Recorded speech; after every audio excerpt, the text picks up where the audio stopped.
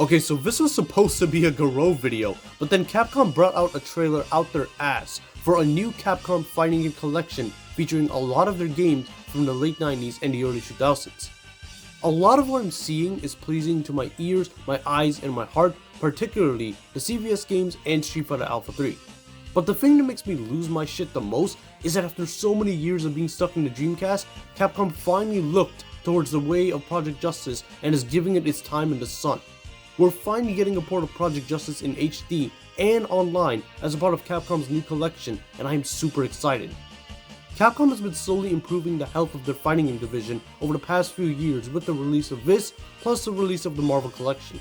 They've also started collaborating with other companies again, given that for the first time, Street Fighter now features guest characters with the addition of Terry and Mai in Street Fighter 6. This is easily the best time to be a Capcom fan in a long while. With that being said, I thought I'd use this as an opportunity to discuss what this could potentially mean for the future of Capcom's fighting game division. First, a bit of context as to how far we've come from a few years ago.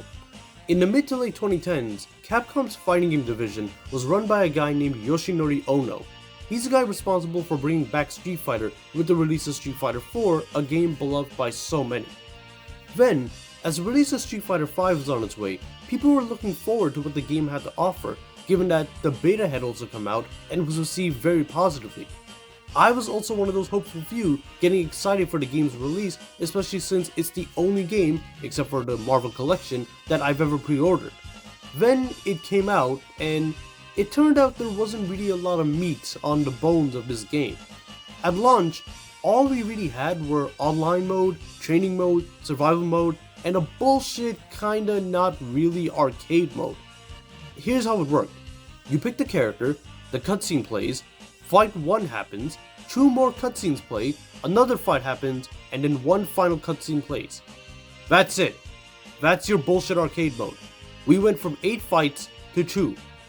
What a ripoff. Oh, I also forgot. There was a story mode that didn't come out until like a few weeks after the game did. I almost didn't mention this because I genuinely forgot. You feel me? Like, does anybody remember the story to this game? Yeah, exactly. The gameplay didn't really help either. It felt too safe and not as fun to play as it used to. Plus, some characters looked off. Like, very off. As cool as it was to feature certain Street Fighters like Nash and Urien again, Street Fighter 5 wasn't a game everyone could look at and really respect. At least, not until the tail end of the game. By the end of Street Fighter 5's time in the sun, Ono had been demoted and then eventually left Capcom altogether. While people did criticize his work on Street Fighter 5, and rightfully so, he is responsible for bringing back Street Fighter in the first place. We wouldn't be where we are today if it wasn't for him, so respect is totally earned. However, with Ono's departure, 2 other Capcom employees stepped up to be the faces of Street Fighter, game director Takayuki Nakayama and producer Shuhei Matsumoto. They started being featured as the faces of Street Fighter 5 when announcing the summer update. This was the update that really changed everything. Up until now, Capcom tried improving Street Fighter 5 by finally adding features like arcade mode and including familiar faces like Sakura and Sagat. Then, the summer update release, bringing in characters like Dan as the series' Joe character and Akira from Rival Schools, a game long established to be in the same universe as Street Fighter. The gameplay for all characters released in the DLC pack felt fun and refreshing from what we had seen before. It felt fun to play Street Fighter again. Then, that same duo would go on to make a Street Fighter game of their own in Street Fighter 6, and it became one of Capcom's best games of the modern era. With the new mechanics and gameplay design, the duo made a game with virtually no downtime. The series got amped up to 11 and stayed there for the better. Even though Street Fighter 5 saw a mediocre release, it was still a release of sorts. There were many other franchises fans have been clamoring to see again since forever. Darkstalkers, Rival Schools, Power Stone were among some of those franchises. Ono himself teased the idea of a new Darkstalkers game when he flat out said Darkstalkers are not dead. Yet, this never happened. We saw HD online ports of Darkstalkers games on a PS3 and some of the Marvel games on PS3, but that was it. The next time we would see any of these characters again would be Marvel Infinite, a game that is very, very less than perfect. It seemed that with the low sales and performance of that game, these characters were trapped in a phantom zone never to be seen again. That was until 2022 when Capcom released the Capcom Fighting Collection, a collection featuring the likes of Street Fighter, Darkstalkers, Cyberbots, and very shockingly, Red Earth, a game that saw no home console release of any sort since its days in the arcade. This is again the responsibility of Shuhei Matsumoto, who is the producer of the collection. While I can't find any evidence to suggest this though, it is likely that Nakayama was also involved given his appreciation for Capcom's older properties.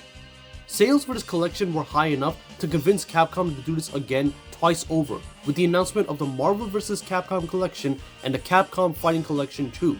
This time, the game comes with the games introduced in the late 90s and early 2000s era of Capcom, including Plasma Sword, CVS2, and Capcom Fighting Evolution, for some reason. So, as I mentioned earlier, the creation of these collections could mean a lot of things. If they sell well, we could see the return of Capcom's fighting game division. We could also get a Rival Schools 3, or maybe a new Darkstalkers game, or even a new Marvel vs. Capcom game. It's very likely given how enthusiastic the developers at Capcom are. Also, considering that the CVS games are coming back, Terry and Mai are in Street Fighter 6, and SBC Chaos got a re-release, it is also likely we could see the return of Capcom vs SNK 3, hopefully with less Street Fighter characters. I'd also love for them to bring back the groove system as well, just because it's part of what made CVS2 so great. It helps to make it stand out from the other crossovers, plus it makes for some really hype moments. I'm looking forward to see where the Capcom fighting game division goes from here. With that being said, I'm Jay Samra, goodbye, sayonara, alvida, peace.